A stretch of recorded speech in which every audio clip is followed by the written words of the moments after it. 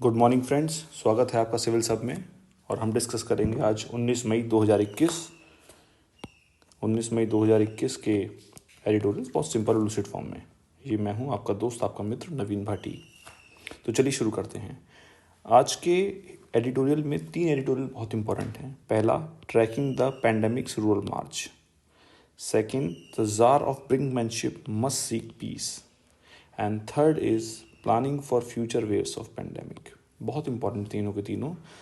जो बच्चे आईआर के स्टूडेंट हैं, जिनको आईआर पसंद नहीं है या जिनको आईआर बहुत पसंद है, उन दोनों के लिए समझ लीजिए ये एडिटोरियल ट्रीट है, जिसमें रशिया और यूक्रेन के बीच में जो टेंशन्स पल्प हो रही हैं उसके बारे में डिस्कस किया गया है। ठीक है, तो रशिया और यूक्रेन के बीच में जो टेंशन्स पल्प हो रही हैं उस पर बात करने से पहले मैं आपको रशिया और यूक्रेन का जो टेंशन है स्टार्ट कैसे हुआ मैं आपको वो बताता हूँ। ठीक है, बहुत अच्छा है, बहुत इंटरेस्टिंग है। जिसको समझ में आता है वो और क्लियर हो जाएगा, जिसको समझ में आज तक नहीं आया उसका फंडा एकदम क्लियर हो जाएगा, गारंटी है मेरी। देखिए, जो रशिया जो था, यूक्रेन जो था, वो रशिया का पार्ट था, यूएसएसआर का पार्ट था 1991 तक। It was part of USSR, Ukraine. ठीक है, अब 1991 में क्या हो गया, यूएसएसआर कोलैप्स कर गया तो अलग अलग देश बन गए छोटे छोटे ये। But every nation, like every nation, Russia जो था वो यूक्रेन को अपनी एक्सिस पे रखना चाहता था। मतलब कि ठीक है, ये हमें कंप्लाई करे, अलाइन रहे हमारे साथ हमेशा। ठीक, अब ये चलता रहा। अब 2014 में आते हैं। 2014 में जो यूक्रेन की राजधानी है कीव, तो वहाँ पर जो एंटी गवर्नमेंट अपराइजिंग हुई, और उस अपराइजिंग में जो प्रेसिडेंट थे वो रशिया सपोर्टेड प्रेसिडेंट थे। ठीक है, so that government was uprooted. So 2014 में पॉपुलर अपराइजिंग में it uprooted the Moscow friendly government in Kyiv. ठीक है, ये हो गया। तो रशिया फ्रेंडली जो प्रेसिडेंट थे यूक्रेन में उनको अपरूट कर दिया गया। उससे क्या हुआ, उसके कुछ वीक्स बाद रशिया ने क्रीमिया जो पेनिनसुला है ब्लैक सी में, it was under Ukraine till that time, उसको एनेक्स कर लिया वाया रेफरेंडम वहाँ पे करा के उसको सब तरह से घेर लिया, रेफरेंडम करा के उसको अपने अंदर एनेक्स कर लिया। अब इसके कुछ समय बाद ही अप्रैल 2014 में जो ईस्टर्न यूक्रेन है, सॉरी मैंने यहाँ पे यूरोप लिखा है, ईस्टर्न यूक्रेन है, it is eastern Ukraine. Now eastern Ukraine is this region, this is eastern Ukraine. ये रशिया है, ये यूक्रेनी है सारा का सारा। ईस्टर्न यूक्रेन की ये जो बेल्ट है, डोनेट्स्क एंड लुहांस्क, ये इंडस्ट्रियल बेल्ट है। ठीक है, इसको बोलते हैं डोनेट्स्क बेसिन, तो इसको शॉर्ट फॉर्म बोलते हैं Donbas. Don of Donetsk and basin का बेस, इसको डॉनबास बोलते हैं। ठीक है, यहाँ पर 2014 में सेपरेटिस्ट मूवमेंट स्टार्ट हो गया। सेपरेटिस्ट मूवमेंट ये अपना जो था, it was backed by Russia.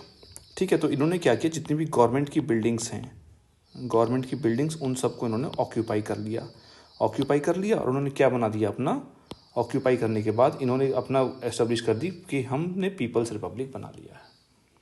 तो टेंशन्स माउंट हो गई। एक तरफ तो यूक्रेन के हाथ से क्रीमिया निकल गया था, दूसरी तरफ जो है ईस्टर्न यूक्रेन जो है, जो पूरी इंडस्ट्रियल बेल्ट है, इसमें सेपरेटिस्ट अपराइजिंग स्टार्ट हो गई बैक्ड बाय रशिया। तो जब रशिया से कहा गया कि आप इसको क्यों सपोर्ट कर रहे हैं, तो रशिया ने कहा कि these are not our military persons, क्योंकि ये एक्यूज किया गया था कि इन सेपरेटिस्ट के अंदर जो है रशियन मिलिट्री के लोग भी हैं। तो रशिया ने कहा कि these are not our military man, but these are the people who came on their own to support this separatist movement. ठीक है, अब टेंशन जो है वो 2014 से चलती रही। तो यूएस ने क्या किया, उस समय यूएस ने रशिया के ऊपर बहुत सारे रेस्ट्रिक्शंस लगा दिए, फाइनेंशियल, मिलिट्री, सब टाइप के रेस्ट्रिक्शंस उन्होंने यूएस ने रशिया के ऊपर लगा दिए। रशिया ने बोल दिया कि we will not move back from our actions on Crimea, हम पीछे नहीं हटेंगे बिल्कुल भी। अब क्या हुआ, देखिए हमने डिस्कस कर लिया ये कि यूक्रेन ने accuse Russia of military assistance. ठीक है, बट रशिया ने कहा कि ये हमारे लोग नहीं हैं, ये हमारी मिलिट्री के लोग नहीं हैं, ये अपने खुद से आए हुए हैं ऑन देयर ओन विल। तब उसके बाद 2015 में फ्रांस और जर्मनी ने क्या करी, पीस डील कराई रशिया के साथ, रशिया यूक्रेन की। इसे बोलते हैं मिन्स्क एग्रीमेंट भी बोलते हैं इसको। ये कब हुआ, ये 2015 में हुआ। Now this was sort of diplomatic coup for Russia, क्योंकि इसमें क्या किया, रशिया ने क्या कंडीशंस रखी। पहली कंडीशन रशिया ने ये रखी कि भाई जो ये सेपरेटिस्ट वाले रीजन जो हैं, ये ईस्टर्न यूक्रेन के डोनेट्स्क एंड लुहांस्क, आप इसमें ग्रेटर ऑटोनॉमी देंगे। आप जो वो रीजन है वहाँ पे आप ग्रेटर ऑटोनॉमी दोगे उनके लिए। आप पहली चीज़। दूसरी चीज़ क्या है, जितने भी लोग थे जो आपने उनको पकड़ा है या जो फायरिंग में वायलेंस में इन्वॉल्व थे, आप इन सबको माफ़ करेंगे, आप इन सबको एमनेस्टी देंगे। दूसरी चीज़ भाई ठीक है।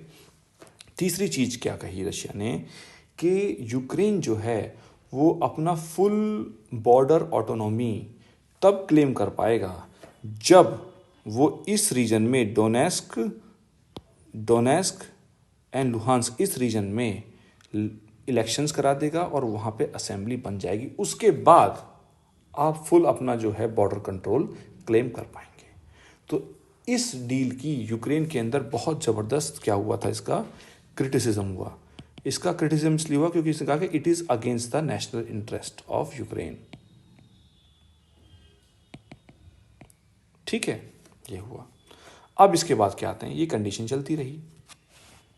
अच्छा, उन लोगों ने क्या कहा, सेपरेटिस्ट ने बीच बीच में कहा भी, सेपरेटिस्ट ने कहा कि now separatist ask Russia to incorporate them into Russia, कि भाई आप हमें क्या कीजिए, जैसे आपने क्रीमिया को किया था ऐसे ही आप इस डॉनबास रीजन को भी और लुहांस रीजन को भी आप इनकॉर्पोरेट कर लीजिए।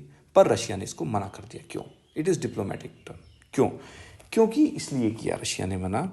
देखिए, अब यूक्रेन जो है इसके रिलेशन जो हैं रशिया के साथ वैसे ही क्या हैं, स्ट्रेन हैं। ठीक, जैसे इसने क्रीमिया ले लिया, ऐसे ही डॉनबास रीजन भी ले सकता है। पर लेने के बाद जो बचा हुआ यूक्रेन है वो तो ऑब्वियस है, बिल्कुल नेटो की तरफ चला जाएगा। नेटो क्या है? North Atlantic Treaty Organization. ठीक है, टू काउंटर रशिया, ये इसकी तरफ चल जाएगा। और वैसे भी जब तक ये रीजन, कौन से, डॉनबास रीजन यूक्रेन के अंदर रहेगा, उसके अंदर असेंबली है, असेंबली में रशिया सपोर्टेड पर्सन्स हैं, लीडर्स हैं, तो वो उसको यूक्रेन को नेटो की तरफ नहीं जाने देंगे। तो इसलिए रशिया ने मना किया कि इसका जो डिप्लोमेटिक जो इसका अंडर मूव था ये था कि भाई जब तक ये यूक्रेन में रहेगा, यूक्रेन के नेटो की तरफ जाने के चांसेस बहुत कम रहेंगे। ठीक है, अब समझ में आ गई क्या स्थिति थी यहाँ पे। ठीक है भाई, अब लेटेस्ट पोजीशन क्या है? लेटेस्ट पोजीशन ये है कि रशिया ने जो ईस्टर्न बॉर्डर है यूक्रेन का, जो डॉनबास रीजन है, इसमें थाउजेंड्स ऑफ इट्स ट्रूप का मोबिलाइजेशन किया। थाउजेंड्स में टैंक्स भी हैं, आर्टिलरी है, सब के सब बॉर्डर पे इन्होंने लगा दिए, मोबिलाइजेशन कर दिया। ठीक है, इससे क्या हो गया, यूक्रेन जो है पैनिक कंडीशन में आ गया। और पैनिक कंडीशन में आने के साथ साथ Ukraine has approached NATO, Ukraine has approached US and Turkey. So now what, it has become multilateral हो गया है अभी। अब कौन कौन हो गया है? यूक्रेन, नेटो, यूएस, टर्की, और उधर से कौन हो गया है? रशिया हो गया है। ठीक है, तो अब हम इसको डिस्कस करेंगे कि किस किस से क्या क्या जो है प्रोपोर्शंस बन रहे हैं। देखिए सुनिए, पहले देखते हैं नेटो को। अब आप ये देखिए कि नेटो जो है, नेटो के जो चीफ थे, जब इनसे यूक्रेन के प्रेसिडेंट मिले तो उन्होंने बिल्कुल इसको मना कर दिया। उन्होंने उसका यूक्रेन का साथ दिया और उन्होंने कहा कि रशिया का जो मिलिट्री बिल्डअप है that is unjustified, unexplained and deeply concerning. ठीक है, बिल्कुल। And they give a strong statement that the mistakes of 2014 must be avoided this time so that Russia can not catch everyone by surprise. जैसे कि 2014 में उन्होंने Crimea annex कर लिया था। ठीक है, अब ये बताइए, but Ukraine is very apprehensive. Ukraine कह रहा है कि नेटो जो है, कि नेटो का केवल ये वॉर गेम है, मतलब वर्ड्स गेम है, कि भाई हमने शब्दों से उसको क्रिटिसाइज कर दिया है। तो विल इट बी सफिशिएंट? नहीं, केवल शब्दों से सफिशिएंट नहीं होगा। Ukraine will need military, Ukraine will need military and other assistance from NATO. अब ये देखिए, तो Ukraine will need more commitment and concrete actions from NATO. But on the other side, can NATO go this far to support Ukraine against Russia? How far NATO can go pro? क्यों can NATO go? देखिए, Ukraine जो है अभी full member नहीं है NATO का। ठीक है, अभी क्या है, वो एनहांस्ड अपॉर्चुनिटीज पार्टनर है। बहुत इंपॉर्टेंट है, Ukraine is enhanced opportunities partner of NATO, not a full member. तो देखिए, this question can be asked in prelims. Option दे देंगे एक कि Ukraine is a member of NATO, उस पर नहीं मारना है। ये केवल एनहांस अपॉर्चुनिटीज पार्टनर है, ठीक है। हाँ, अच्छा, ये जो नेटो ने हेल्प करी है, मैं कह रहा हूँ कि वर्ड्स में ही हेल्प की है, इससे क्या होगा, जो करंट टेंशन हो रही है इसमें जो हेल्प की है, तो Ukraine will be pushed to join NATO more means wasting no time, वो जल्दी जल्दी ज्वाइन करना चाहेगा नेटो को, ठीक है। तो नेटो में डिस्कस किया। अब आते हैं यूएस का क्या है। देखिए, यूएस में पहले क्या था, जब ट्रम्प एडमिनिस्ट्रेशन था तो they were not giving direct support to Ukraine, but जो बाइडन का जब से आया है तो they are giving direct support to Ukraine. तो whether this support is military, political हो या फाइनेंशियल हो। अब आप देखिए यूएस ने क्या किया है, मिलिट्री एक्सरसाइजेज की हैं यूक्रेन के साथ, और दूसरा क्या है कि ब्लैक सी में अपने शिप्स का मूवमेंट करा है इन सॉलिडारिटी विद यूक्रेन, कि that we are with you. तो US is with Ukraine. Now Turkey की जो है, टर्की अभी यूक्रेन के प्रेसिडेंट गए थे, ठीक है, और they have assured the support of Turkey against Russia. और वैसे भी क्या है कि रशिया और टर्की दोनों हमेशा से कभी कभी सिंक्रोनसली, मतलब ये साथ साथ नहीं रहे हैं, हमेशा से इनका एंटी ही रहा है मामला। तो Ukraine has garnered the support of NATO, garnered the support of US and of Turkey, ठीक है, Ukraine. Now let us consider what Russia is contemplating, ठीक है। देखिए, पहली बात, जो टेंशन बिल्डअप हुई है, इसको अगर आप एक शब्द में बोलना चाहते हैं तो एक शब्द में इसको बोलिए आप, इनसफिशिएंट कम्युनिकेशन। देखिए, रशिया ने क्या किया, मिलिट्री बिल्डअप किया अपने 40,000 के आसपास, 50,000 के आसपास इन्होंने अपने सोल्जर्स को बॉर्डर पे लगा दिया ईस्टर्न यूक्रेन के। इससे क्या हुआ, Ukraine come into the panic condition, और वो उसने तुरंत अप्रोच किसको किया, नेटो को किया, यूएस को किया, टर्की को किया। वेरएज रशिया को क्या कह रहा है कि हमारा कोई एग्रेशन नहीं है, it is just for military drill. तो वहाँ क्या है कि रशिया इज वेरी अनप्रिडिक्टेबल, और ऊपर से कम्युनिकेशन नहीं है, तो it was natural for Ukraine to came into this panic and this whole situation buildup.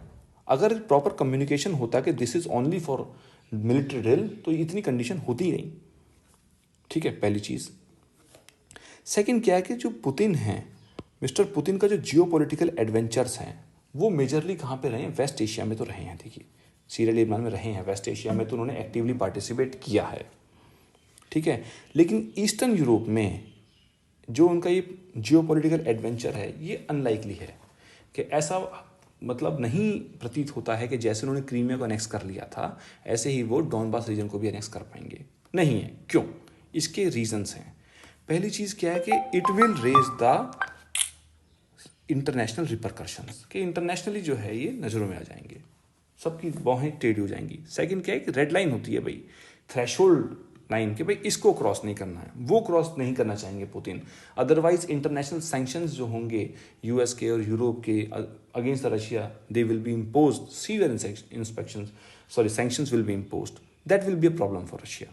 तो मेरे जो as per the editor, Putin is less likely to go for these geopolitical adventures, ठीक है। सो व्हाट इज दिस, अगर वो इसमें इस area को एनेक्स नहीं करना चाहता है Russia, so what this military mobilisation is all about, it is only for the muscle flexing, कि भाई हमने यूक्रेन के ईस्टर्न बॉर्डर मसल फ्लेक्स की है and we want to show them ourselves as a powerful Russia.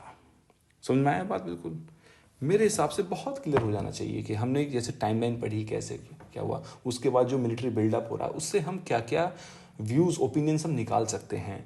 Can Russia go for annexation? No, likely नहीं है। क्यों? पहली बात तो उसको वहाँ रहने में ही एनेक्स करके तो फिर Ukraine will more likely to go towards NATO, ठीक है। अगर वो उस एरिया में रहेंगे तो यूक्रेन का, अगर असेंबली में रहेंगे, यूक्रेन के असेंबली में डॉनबास रीजन के लेजिस्लेटर्स, तो वो उसको अपोज करेंगे। और दूसरी चीज़ क्या है कि इंटरनेशनल सैंक्शंस बचेंगे, इंटरनेशनल जो स्क्रूटनी में आ जाएगा वो बचेगा, ठीक है। सो मेजर मोर और less it can be termed as muscle flexing and an attempt to make Russia as a powerful, look Russia as a powerful Russia, ठीक है। तो अब बढ़ते हैं नेक्स्ट एडिटोरियल की तरफ, planning for future waves of the pandemic. देखिए जी, ऐसा है, इसको मैं बिल्कुल, अपने को पीएचडी नहीं करनी है एडिटोरियल्स में, अपने को क्या करना है, केवल यूपीएससी पर्सपेक्टिव से क्रक्स निकालना है, ठीक है, अगर आपसे मेंस में सवाल पूछते हैं कि भाई बार बार पैंडेमिक्स की वेव्स आती हैं, इंटरव्यू में सवाल पूछते हैं, तो व्हाट इंडिया कैन डू, ठीक है, व्हाट इंडिया कैन डू, इसका बहुत अच्छा ही एडिटोरियल है। तो अपने को सारा नहीं है, अपने को मैंने बिल्कुल क्रक्स इसमें से पॉइंट निकाले हैं, तो उसको हम केवल डिस्कस करेंगे। तो हमारी स्ट्रेटेजी जो होनी चाहिए, देखिए पैंडेमिक है तो इसकी वेव्स तो आएंगी ही आएंगी, आएंगी ही आएंगी, ठीक है। तो उन वेव्स को टैकल करने के लिए, अपने लॉस को मिनिमाइज करने के लिए क्या कर सकते हैं हम? तो 3 point strategy is there. First is surveillance strategy, second is vaccinating the population, आप वैक्सीनेट कीजिए पॉपुलेशन को। Third is robust public health workforce. अब ये क्या है, देखिए इसमें से मैं क्रक्स निकाल के आपको बताता हूँ। देखिए जब हमारा ये सेकेंड वेव आई थी, तो सेकेंड वेव में कुछ जो है क्रिटिसिज्म हुआ, जो मॉडल्स बनाते हैं कि भाई मॉडलर्स हैं, they fail to predict the second wave, लेकिन it was not entirely their mistake. क्यों? क्योंकि पहली चीज़, किसी भी मॉडल के हिसाब से प्रिडिक्ट करने के लिए you need to have clear data, तो क्लियर डाटा कहीं नहीं था, ठीक है। अनरिलायबल टेस्टिंग हो रही थी, under reporting of cases of Covid cases in death, भाई जब मैसिव अंडर रिपोर्टिंग हो रही है केसेस की, डाटा अनरिलायबल है। जब डाटा है ही नहीं, जो है वो अनरिलायबल है, तो कहाँ से आप प्रिडिक्ट करेंगे चीज़ों को? And prediction is very very necessary. अगर आप इसको जो है, आपके पास मॉडल क्लियर नहीं है, तो आप प्रिडिक्ट कैसे कर पाएंगे? नहीं हो पाएगा ढंग से, ठीक है। तो इसके लिए क्या करें? State government and central government दोनों को should use real time data by reliable reporting. आपको रिपोर्टिंग रिलायबल करनी होगी अगर आपको एक रिलायबल मॉडल आपको क्रिएट करना है, क्योंकि जब तक मॉडल नहीं होगा तब तक आप प्रिडिक्ट नहीं कर पाएंगे और एंटिसिपेट नहीं कर पाएंगे आप, ठीक है। पहली चीज़। सेकंड चीज़ क्या है कि जो कोई भी पेंडेमिक होता है वो वेव्स में आता ही आता है, मल्टीपल वेव्स आती हैं पेंडेमिक्स की, ये ध्यान रखिए, चाहे वो सार्स रहा हो, कुछ भी रहा हो। अब आप जापान को देखिए, जापान के अंदर फोर्थ वेव आई जापान के अंदर अब कोविड की, और इस फोर्थ वेव ने जो उनका हेल्थ सिस्टम है वो बिल्कुल डिस्ट्रॉय कर दिया, क्रम्बल कर दिया, ठीक है। इसका मतलब क्या है? जब वेव आनी है तो उस वेव को पहचानना हमें पड़ेगा आने से पहले, जैसे उसके अर्लियर साइंस होंगे, हमें पहचानना पड़ेगा कि भाई वेव आ रही है, तभी तो हम अपने आप को तैयार कर पाएंगे उसको जो है सामना करने के लिए, और उसको अर्ली स्टेज में ही फिनिश करने के लिए। अगर हम उसे पहचान ही नहीं पा रहे हैं तो कैसे काम चलेगा, ठीक है। So identifying wave is very important to mitigate the catastrophe. देखिए अब जैसे मैं आपको इंडिया का एग्जांपल देता हूँ, महाराष्ट्र था, महाराष्ट्र में जबरदस्त केसेस सर्ज कर रहे थे और पूरे बाकी देश में लॉकडाउन नहीं लगा था, जब तक सब कैजुअल अप्रोच चल रहा था। तो देखिए that those surges were the initial sign of the second wave of COVID. हमने नहीं पहचाना उसको, नहीं पहचाना तो देखिए जबरदस्त कैटास्ट्रॉफी हो गया हमारे इंडिया में, ठीक है। इसलिए क्या है कि रिव्यू मैकेनिज्म बहुत अच्छा होना चाहिए, बार बार आप कंडीशंस को रिव्यू कीजिए। Review mechanism should be strengthen to detect the outbreak. आपको पता होना चाहिए कि ये आउटब्रेक हो गया, उसकी इनिशियल कंडीशन में आप उसको कैच कर लीजिए, तभी तो आप you will be able to extinguish it before the pandemic spread to other areas.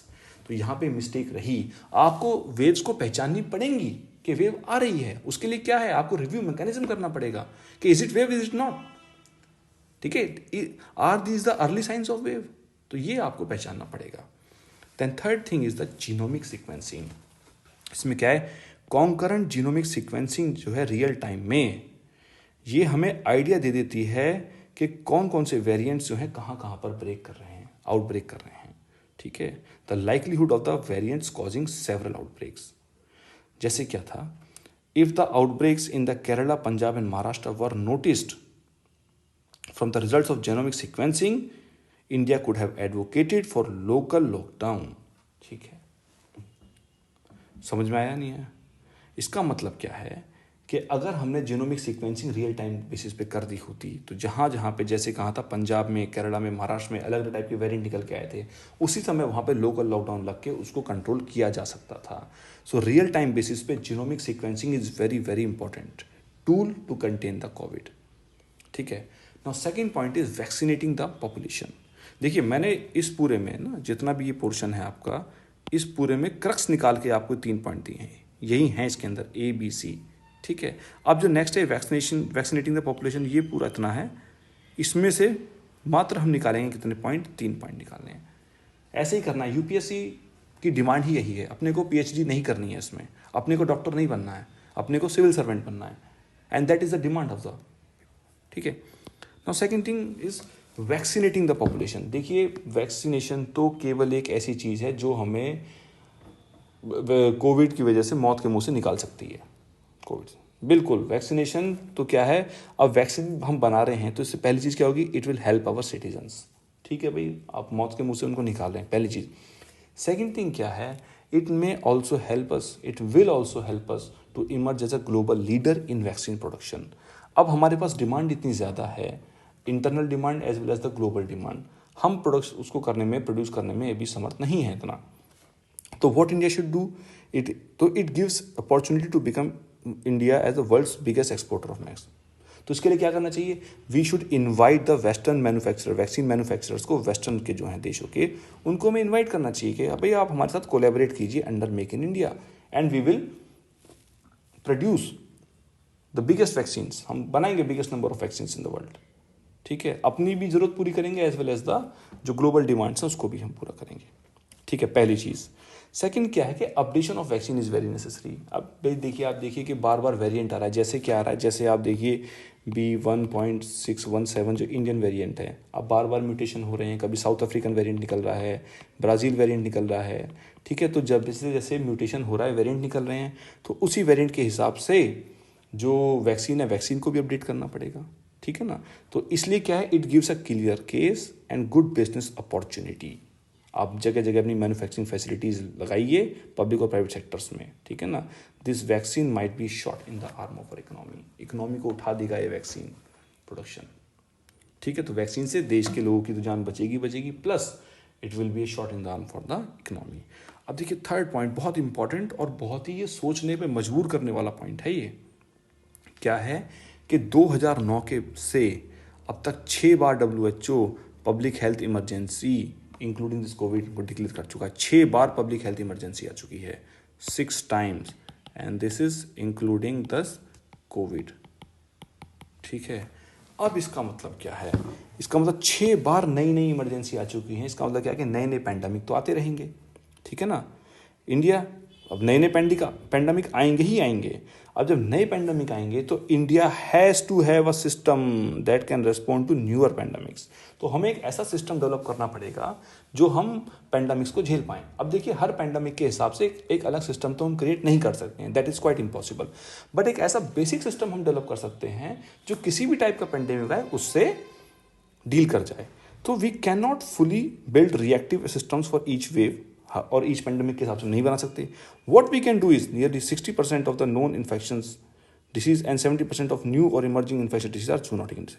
अब देखिए जैसा कि क्या है कि जो इन्फेक्शियस डिसीज हैं उनमें 60% डिसीज जो हैं, 60% इन्फेक्शियस डिसीज और 75% जो इमर्जिंग इन्फेक्शियस डिसीज हैं वो जूनोटिक हैं, मतलब वो एनिमल से आती हैं। जैसे कि आप देखिए कोई बता रहा था कि कोविड में ये निकल के आया कि बैट से निकल के आया ये, ठीक है ना। तो जूनोटिक हैं, ये तो हमें पता है चीज़, तो उसके हिसाब से तो हम प्रिपेयर कर सकते हैं, ठीक है। तो respecting the boundaries of animals यहीं से निकल के आया, and preserving the ecosystem is very important. So what the country needs to do, it needs to adopt one health agenda in its entirety.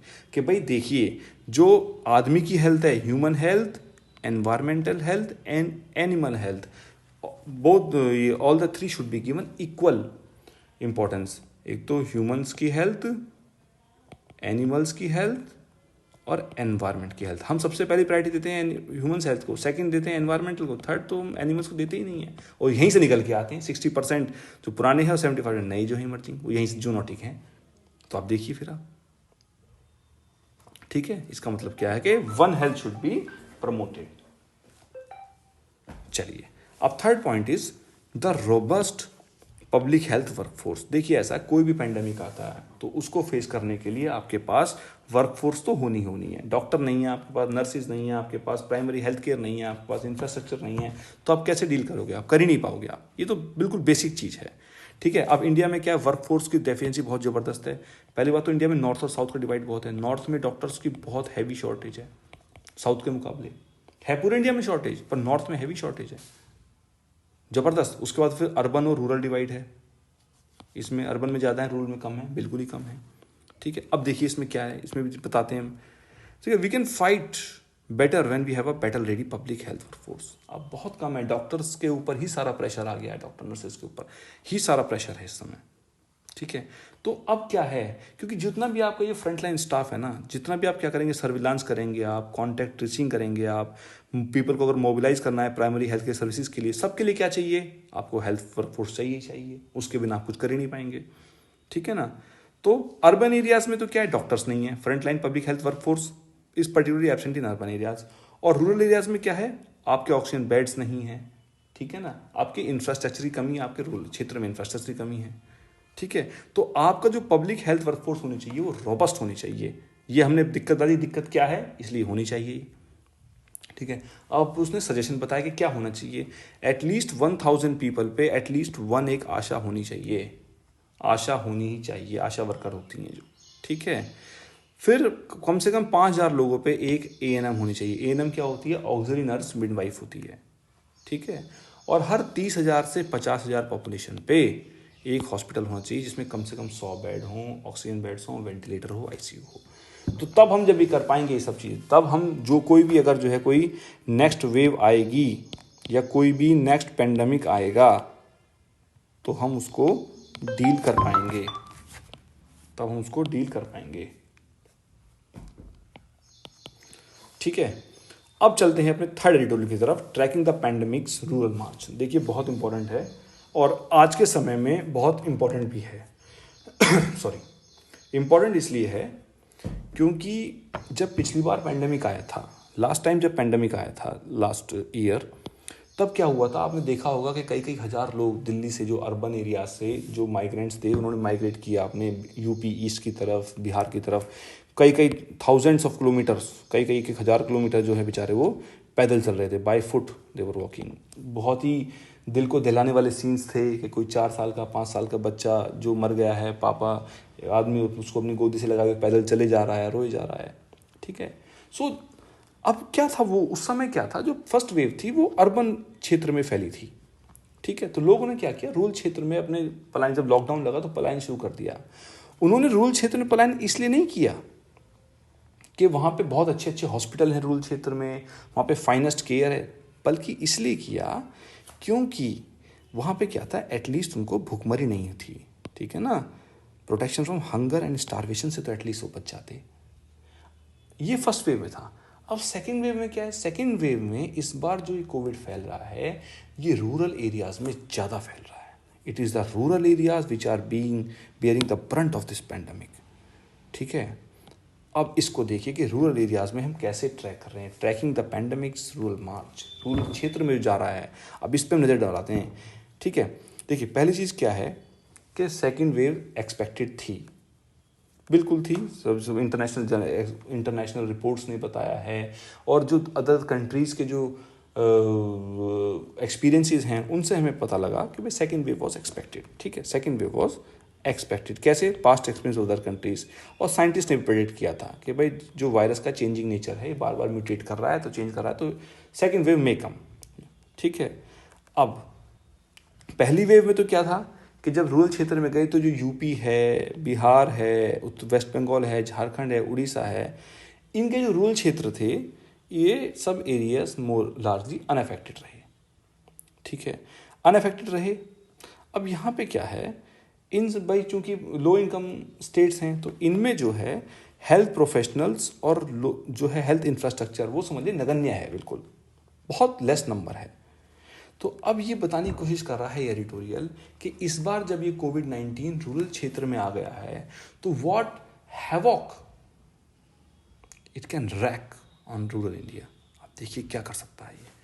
अब रूरल क्षेत्र में आप देख रहे हैं इस बार जो उन्नाव में 2-2 हज़ार डेड बॉडीज़, देखिए ना आपने, उन्नाव में गंगा किनारे 2-2 हज़ार डेड बॉडीज़ आपने दबा रखी हैं, जो फ्लोटिंग डेड बॉडीज़ हैं, फ्लोटिंग डेड बॉडीज़ हैं गंगा में जा रही हैं। आप कंडीशन बयां कर रही हैं कि रूरल इंडिया में क्या स्थिति हो रही है इस समय, ठीक है। पिछली बार तो बच गए थे क्योंकि गांव में नहीं फैला था, इस बार तो गांव में फैल रहा है। और दूसरी बात, हमारे पास तो इंफ्रास्ट्रक्चर ही नहीं है, वर्कफोर्स नहीं है, इंफ्रास्ट्रक्चर नहीं है, कुछ भी नहीं है, ठीक है। अब इसमें देखते हैं, देखिए जी, पहले सबसे पहले क्या होती है, नेग्लेक्ट ऑफ प्राइमरी केयर। देखिए जो ये स्केल था ये तो एक्सपेक्टेड था कि भाई सेकेंड वेव आएगी और यूपी बिहार इन सब में हेल्थ केयर के नाम पे कुछ भी नहीं है, तो देयर विल बी माइजरी। ये तो था माइजरी, क्यों? क्योंकि इंफ्रास्ट्रक्चर है ही नहीं। लेकिन उससे बड़ी दुख की बात क्या थी कि गवर्नमेंट की apathy and misgovernance was there, कि भाई इनको पता था कि अपैथी होगी, फिर भी नहीं किया। कि lack of governance to improve the infra despite knowing that second wave will come, that is pathetic. ये तो पता था कि सेकंड वेव आएगी और हमारा इंफ्रास्ट्रक्चर खराब है, दिक्कत होगी, पर उसके ये सब जानने के बावजूद मिस गवर्नेंस हुई, दैट इज प्रॉब्लमैटिक। ठीक है, अब मैं आपको बताता हूँ कि हेल्थ केयर की क्या कंडीशन है। जो लेटेस्ट रिपोर्ट है रूरल हेल्थ स्टैटिस्टिक्स की, देखिए यूपी, बिहार, वेस्ट बंगाल, उड़ीसा, झारखंड, इन सब में हेल्थ इंफ्रा जो है उसकी कंडीशन पुअर तो है ही है। एक होता है कि भाई ठीक है मेरी कंडीशन खराब है, मैं उसको इम्प्रूव कर रहा हूँ, बल्कि यहाँ क्या है, इनकी कंडीशन पुअर तो है ही है और बेकार होती जा रही है और डेटोरेट होती जा रही है, नीचे जाती जा रही है। और देखिए आप कंसिडर कीजिए, बिहार में 2005 में जो कम्युनिटी हेल्थ सेंटर थे वो 101 थे, 2020 तक होते होते 57 रह गए। प्राइमरी हेल्थ सेंटर जो थे वो 1648 थे, मार्जिनल इंक्रीज हुआ, बस 1702 हुए, कुल 50 पड़े, 54। देखिए क्या कंडीशन है। सब सेंटर्स थे 10,337 थे, 2020 तक आते आते घट के 9,112 रह गए। तो आप देखिए जो कंडीशन 2005 में थी वो मेंटेन तो नहीं, वो पुअर थी उस समय, वो तो मेंटेन हुई नहीं और घट गई कंडीशन। यूपी में देखिए आप, यूपी में 2005 में जो सीएससी 386 थे वो बढ़े हैं 711 में, बाकी पीएचसी देखिए आप 3,660 थे, घट के 2,880 रह गए। सब सेंटर में बहुत मार्जिनल इंक्रीज हुआ है, 20,521 से 20,778 हुए हैं। तो आप देखिए मतलब ये तो कंडीशन पुअर है ही है, उसके बाद इसकी कंडीशन और भी बेकार वर्सन होती गई है ओवर द ईयर। ठीक है, तो इस कंडीशन को देखते हुए it was very much obvious that the pandemic would lead to catastrophic outcomes. ये ऑब्वियस था। एंड लैक ऑफ गवर्नेंस ने क्या कर दिया? The lack of governance in this case is not the state of health infrastructure but the failure to contain the spread of the pandemic despite the knowledge of the state of rural health infrastructure। Same point जो पीछे पड़ा था अभी, कि हमें पता था कि हमें हमारा रूरल हेल्थ इंफ्रास्ट्रक्चर क्या है और हमें पता था कि सेकेंड वेव आएगी, इसके बावजूद लैक ऑफ गवर्नेंस होके ये कैटास्ट्रॉफे हो गया। अब इसमें गलती किसकी है? इसमें सेंट्रल गवर्नमेंट की भी गलती है। Central government failed to take steps. देखिए आप, देखिए चीज़ को नोट कीजिए आप, यूपी में इलेक्शंस हुए, कितने हजार लोग मर गए। वेस्ट बंगाल में इलेक्शंस हुए, कुंभ मेला हुआ, कुंभ मेले के बारे में कहा गया कि इसका जो टोन्ड डाउन वर्जन है वो भी 70 लाख लोगों के साथ हुआ था। तो देखिए आप कितना इसमें ज़बरदस्त कैटास्ट्रॉफी तो होता ही। And these things were easily avoidable. आप इलेक्शंस को डिले कर सकते थे, आप वेस्ट बंगाल में इलेक्शंस को डिले कर सकते थे, आप कुंभ मेले को डिले कर सकते थे, या सिंबॉलिक कर सकते थे उसको। अब ऐसी कंडीशन में क्या हुआ? जब देखिए आप, बैकग्राउंड तो हमारी तैयार है। क्या बैकग्राउंड है? बैकग्राउंड क्या था कि वेव एंटिसिपेट थी, पुअर इंफ्रास्ट्रक्चर था और उसके बाद स्टेट की अपैथी थी, तो ब्रीडिंग ग्राउंड तो तैयार था। ठीक है, ऐसे में सबसे बड़ा क्या हो गया कि स्टेट ने काम करने से मना कर दिया, मिस गवर्नेंस हो गया बिल्कुल। ये तो क्या होगा, बैकग्राउंड हो गया, प्लस स्टेट ने काम करने से मना कर दिया। तो it forces the judiciary to fit into the shoes of the state government. ठीक है, judiciary had to step in to fill the boots of the executive. काम ही नहीं करे तो क्या करे, तो जुडिशरी को आना पड़ा। इलाहाबाद हाई कोर्ट बार बार कह रहा था कि आप स्टेट गवर्नमेंट से कि आप लॉकडाउन पे क्यों विचार नहीं कर रहे हैं, आप लॉकडाउन क्यों नहीं लगा रहे हैं, बार बार इलाहाबाद हाई कोर्ट कह रहा था। And it direct the UP government to impose the lockdown. और लॉकडाउन लगाने की बजाय यूपी गवर्नमेंट कहाँ पहुँच गई थी? सुप्रीम कोर्ट पहुँच गई थी। तो it shows how much apathy the governments are having. तो जब एंड इट ऑल्सो देखिए, जब कुछ लोगों ने जो चरमराई हुई व्यवस्था के खिलाफ सोशल मीडिया पे या कहीं पे रिपोर्ट किया, तो in fact certain cases were reported in UP government कि उनके खिलाफ लीगल एक्शन ही थ्रेटन किया गया। तो आप बताइए, जुडिशरी के खिलाफ, वो हाई कोर्ट के खिलाफ सुप्रीम कोर्ट चले गए, लोग अगर कह रहे हैं, कोई शिकायत कर रहे हैं, तो उनके खिलाफ लीगल एक्शन थ्रेटन किया गया। That is the condition. अच्छा, अब आप देखिए और क्या किया गया इस गवर्नमेंट। इंस्टेड ऑफ एक्सपेंडिंग, आपने क्या किया? टेस्टिंग तो बढ़ाई नहीं, कॉन्टैक्ट ट्रेसिंग आपने नहीं बढ़ाई, आपने क्या कर दिया? टेस्टिंग कम कर दी। टेस्टिंग कम कर दी तो क्या हो गया? इससे आपके जो पॉजिटिव केसेस हैं वो अपने आप ही नीचे आ गए। ठीक है, अब स्टेट एडमिनिस्ट्रेशन आराम से बैठ गया है कि भाई हमारे केसेस तो कम आते जा रहे हैं, जबकि ऐसा नहीं है। वो कब होना चाहिए? अगर आप टेस्टिंग बढ़ा रहे हो तब आपके केसेस कम आ रहे हैं तो जेन्युइन है कंडीशन। जब आपने टेस्टिंग ही कम कर दी है तो ऑब्वियस है केसेस तो कम आएंगे ही आएंगे। ठीक है। अब रूरल की जो एरिया की जो कंडीशन है वो बेचारे की और ख़राब है। क्यों? देखिए, पहली बात है, देखिए अभी आज के हिंदू में भी दे रखा है और काफ़ी समय से खबर चल रही है कि रूरल क्षेत्रों में, जो रूरल एरियाज़ हैं उसमें हर घर में करीब करीब फीवर है, कंडीशन बहुत ख़राब है। वहाँ पे क्या है? इंफ्रास्ट्रक्चर तो है ही नहीं। वहाँ तो किसके सहारे बैठे गए हैं? केवल रूरल क्षेत्र केवल प्राइवेट हॉस्पिटल्स के सहारे बैठे हुए हैं। ठीक है। अब हेल्थ इंफ्रास्ट्रक्चर है नहीं, टेस्टिंग हो नहीं रही है, तो रूरल पीपल किसके सहारे बैठ गए? प्राइवेट हेल्थ केयर के सहारे बैठ गए।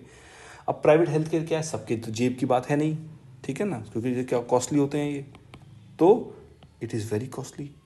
अब इसकी कॉस्ट को बियर करते करते क्या है, आदमी क्या हो रहा है, जो गांव का क्षेत्र आदमी है वो पॉवर्टी में आ रहा है, और जो पैसे पुअर बेचारा डेब्ट ट्रैप में आ गया है, क्योंकि क्या है, ब्याज पे पैसे लेके अपना इलाज करा रहा है और डेब्ट ट्रैप में आ रहा है। तो कंडीशन जो है रूरल क्षेत्र की, रूरल के आदमी की बहुत ज़्यादा ख़राब होती जा रही है। पहली बार जब था कि रूरल क्षेत्र ने क्या दिया था? रिफ्यूज़ दिया था। भाई शहर से लोग आए तो उनको रिफ्यूज़ दे दिया, अपने गांव में आ गए वो, और उसने इकोनॉमी रिवाइव की। क्यों? क्योंकि रूरल एरियाज़ में कोविड का प्रकोप इतना नहीं था फर्स्ट वेव में, तो इसने it helps reviving the economy. But इस बार क्या है, रूरल क्षेत्र में ज़बरदस्त है, तो क्या हो गया है, लोग मर गए हैं तो रूरल क्षेत्र के, ठीक है। जो 100 लर्नर किसी के घर में जो अकेले कमाने वाले थे वो मर गए हैं। जो जिंदा रह गए हैं वो अस्पतालों के बिलों के चक्कर में डेब्ट ट्रैप में फंस गए हैं। इनकम चली गई है, जॉब्स चली गई हैं। तो इससे क्या है कि जो रूरल क्षेत्र है, जो रूरल एरियाज़ हैं, they are staring at prolonged economic distress. ज़बरदस्त इकोनॉमिक डिस्ट्रेस की तरफ वो लोग देख रहे हैं। तो मुझे लगता है कि इस एडिटोरियल के थ्रू मैं ये बताने में कामयाब रहा हूँ कि जो रूरल क्षेत्र है वो कितनी ज़बरदस्त होपलेसनेस की तरफ बढ़ रहा है। तो मित्रों, मैं उम्मीद करता हूँ कि आज के तीनों एडिटोरियल्स बहुत अच्छे से समझ में आए होंगे। चलिए रैप अप करते हैं। धन्यवाद।